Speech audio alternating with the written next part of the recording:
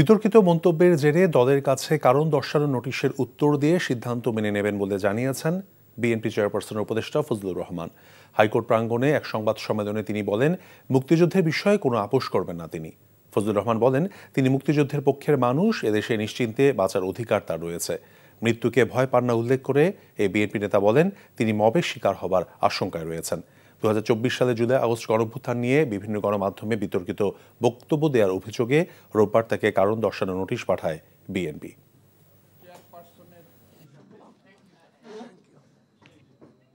Supreme কোর্টের senior advocate, বাংলাদেশের senior advocate.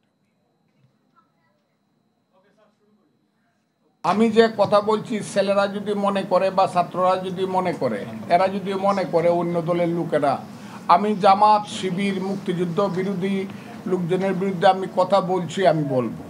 তারা আমাকে জুতা মারবে না, মিছিল করবে, এটা করুক গিয়া, বা প্রয়োজনে তাদের বিরুদ্ধে যদি আমি কিছু বলে থাকি তারা গিয়ে মামলা করুক আমার বিরুদ্ধে।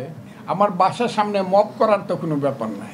দল আমাকে একটা শোকজ করতেই পারে, এটা আমি উত্তর দিব। সেটা দলের সঙ্গে আমার ব্যাপার, তখন দেখা যাবে। এখন পর্যন্ত কিন্তু আমি দলের মধ্যেই আছি। এখন পর্যন্ত আমি চেয়ারপারসনের উপদেষ্টা। বান্ডেল থাকলে প্রতি সেনমানিতে টাকা বাঁচবে। বিকাশ সেনমানি বান্ডেল কিনে জিতুন প্রতি লেনদেনে।